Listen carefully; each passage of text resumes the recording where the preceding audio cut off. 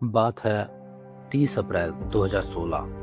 हिमाचल प्रदेश के चंडीगढ़ शिमला हाईवे पर ट्रैफिक धीमा था। सफेद टोयोटा फॉर्च्यूनर में जसविंदर सिंह रॉकी बैठा था और उसकी गाड़ी को उसका ही मित्र परमपाल पाला चला रहा था। वो सोलन हिमाचल प्रदेश में छुट्टियां बिताने के बाद चंडीगढ़ की तरफ जा रहे थे। जैसे ही उनकी गाड़ी परवाणु के टिम्बर ट्रेल रिजॉर्ट के पास एक मोड़ पे धीमी हुई, वैसे ही वहां से एक महिंद्रा जाइलो और एक मोटरसाइकिल ने उनकी गाड़ी को ओवरटेक किया। इससे पहले कि वो कुछ सोच पाते, उन पर अंधाधुंध गोलियां चलानी शुरू कर दी। गाड़ी का शीशे टूटकर बिखर गए, धातु में सुराख हो गए। रॉकी की सिर, गर्दन और छाती पे कई गोलियां लगी। एक पल में जो शख्स पंजाब की सियासत में ताकतवर हस्ती था, अगले ही पल वो गाड़ी में खून से लथपथ एक लाश बन गया था। हमलावर इतने पेशेवर थे कि सबूत मिटाने के लिए उन्होंने खाली कारतूस तक उठा लिए और अचानक गायब हो गए। हत्या के कुछ ही घंटों बाद फेसबुक पर एक पोस्ट आई, खेल तो अब शुरू हुआ है। किसने लिखी थी ये पोस्ट? कौन था ये जसविंदर सिंह रॉकी? कैसे एक किसान के बेटा पंजाब का सबसे बड़ा गैंगस्टर बना और फिर एक पावरफुल पॉलिटिशियन? और इसको किसने और क्यों मारा? पूरी कहानी बताएंगे आपके इस चैनल हिमाचल जुर्म फाइल्स पर। प्लीज कमेंट करें और बताएं कि पंजाब का आज तक का सबसे बड़ा गैंगस्टर कौन है। अब चलते हैं मेन कहानी पर। जसविंदर सिंह रॉकी का जन्म 1971 में फाजिल्का के एक किसान परिवार में हुआ था। उनका जीवन शायद किसी आम पंजाबी नौजवान की तरह ही होता, लेकिन 20 साल की उम्र में ही उनके परिवार पर अपराध का साया पड़ गया। पिता मोहिंदर सिंह की गोलीबारी में मौत हो गई और आरोप आया उनके ही ताऊ पर।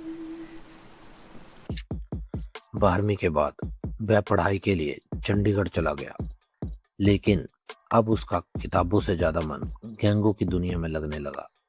वो दौर पंजाब में अपराध बढ़ने का था और रॉकी ने जल्द ही अपनी जगह बना ली। 1994 तक उसका नाम कई आपराधिक मामलों में दर्ज हो चुका था। अब वो सिर्फ एक किसान का बेटा ही नहीं, बल्कि एक उभरता हुआ गैंगस्टर था। रॉकी की महत्वाकांक्षाएं बहुत बड़ी थी।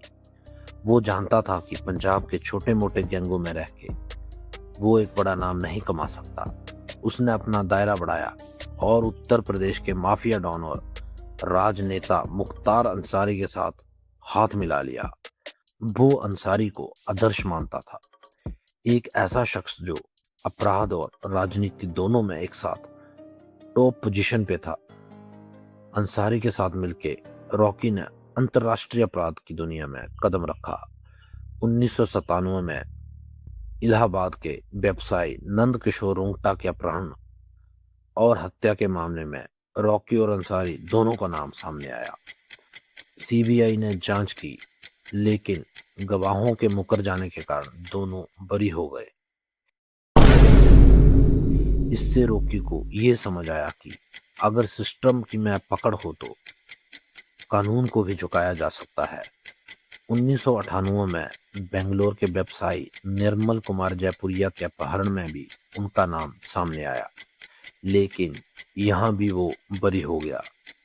इस मामलों में उन्हें स्थानीय गुंडे से एक अंतर्राष्ट्रीय स्तर का अपराधी में बदल दिया। जब 2002 में रॉकी पंजाब लौटा तो अब जो पहले से ज्यादा ताकतवर और शातिर था। उसने देखा कि उसके पुराने साथी और दोस्त प्रभजिंदर सिंह डिम्पी ने अपना गैंग बना लिया है। डिम्पी और रॉकी की दोस्ती अब दुश्मनी में बदल चुकी थी। दोनों के बीच अब इलाके और फिरौती के पैसों के बंटवारे को लेकर टकराव शुरू हो गया। ये दुश्मनी 7 जुलाई 2006 को एक खूनी अंजाम तक पहुंची। चंडीगढ़ में डिम्पी की गोली मारकर हत्या कर दी गई। मेन सस्पेक्ट में नाम आया रॉकी का। आरोप था कि उसने फरोख्ती के पैसे के विवाद पे डिम्पी को रास्ते से हटा दिया। रॉकी पर हत्या का मुकदमा चला, लेकिन 2014 में उसे भी इस मामले में सबूतों के अभाव में बरी कर दिया गया। रॉकी ने दावा किया कि उसे राजनीतिक साजिश के तहत फंसाया गया था। बार बार बरी होना उसकी ताकत का प्रतीक बन गया था। अब ये संदेश दे रहा था कि कानून भी अब उसका कुछ भी नहीं बिगाड़ सकता। अपराध की दुनिया में अपना दबदबा कायम करने के बाद रॉकी ने राजनीति में अपनी किस्मत आजमाने का फैसला किया। उसने अपनी छवि बदलने के लिए खेल शुरू किया। एक तरफ वो खूंखार गैंगस्टर था और दूसरी तरफ वो फाजिल्का के लोगों के लिए मसीहा। 2011 में जब फाजिल्का में बाढ़ आई तो सरकारी मदद पहुंचने से पहले ही रॉकी की गाड़ियां राहत सामग्री लेके गांव में पहुंच गई। वह स्थानीय लोगों के छोटे मोटे विवाद सुलझाता, गरीबों की मदद करता और खुद को एक सामाजिक कार्यकर्ता के रूप में पेश करता।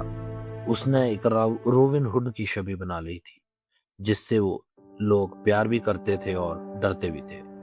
2012 में उसने फाजिल्का से निर्दलीय उम्मीदवार के तौर पे विधानसभा का चुनाव लड़ा और फिर भी उसे 39,000 वोटों से ज्यादा वोट मिले और वो भाजपा के उम्मीदवार से बहुत अंतर से हारा। लेकिन इससे उसने पंजाब की राजनीति में अपना दमदार मौजूदगी दर्ज करा दी। 30 अप्रैल 2016 को जब रॉकी की हत्या हुई तो उसके साथ पंजाब पुलिस के 2 सुरक्षाकर्मी भी थे, लेकिन वो दूसरी गाड़ी में थे। उन्होंने हमलावरों पर एक भी गोली नहीं चलाई, जिससे शक हुआ कि इस हत्या में किसी अपने का हाथ था। हत्या के कुछ ही घंटों बाद सोशल मीडिया पर एक जंग छिड़ गई।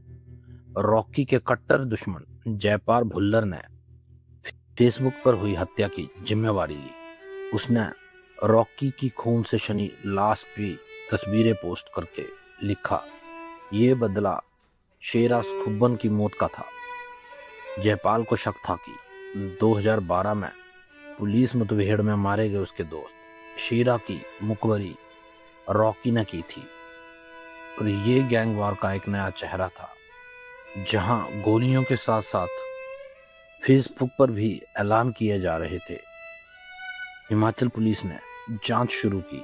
मोबाइल लोकेशन और कॉल डिटेल्स के आधार पर पंजाब के 3 युवकों को गिरफ्तार किया गया। उन पर रॉकी की रेकी करने का इल्जाम था, लेकिन कुछ ही हफ्तों बाद उन्हें क्लीन चिट देके रिहा कर दिया गया। साल बीतते गए, लेकिन जांच आगे नहीं बढ़ी। रॉकी की बहन ने भी जांच में होती देरी को देखकर कई सवाल उठाए और सीबीआई की जांच की मांग की, लेकिन कुछ नहीं हुआ। मामला ठंडे बस्ते में चला गया।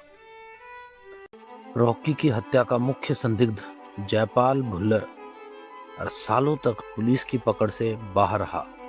वह पंजाब के सबसे कुख्यात गैंगस्टर बन चुका था और उस पर कई राज्यों में हमला, लूट और अपहरण के मामले दर्ज थे। अंत में जून 2021 में उसे कोलकाता में पश्चिम बंगाल पुलिस ने एक मुठभेड़ में मार गिराया। जयपाल की मौत के साथ ही रॉकी हत्याकांड का सबसे बड़ा राज भी दफन हो गया। उसे रॉकी की हत्या के लिए कभी अदालत में पेश नहीं किया जा सका। आधिकारिक तौर पर जसविंदर सिंह रॉकी का केस आज भी एक अनसुलझी पहेली है। आज की कहानी में बस इतना ही। यदि आपको ये कहानी अच्छी लगी हो तो प्लीज़ लाइक, शेयर और सब्सक्राइब जरूर कर दें। अब अगली कहानी में मिलेंगे आपके अपने चैनल हिमाचल जर्म फाइल्स पर।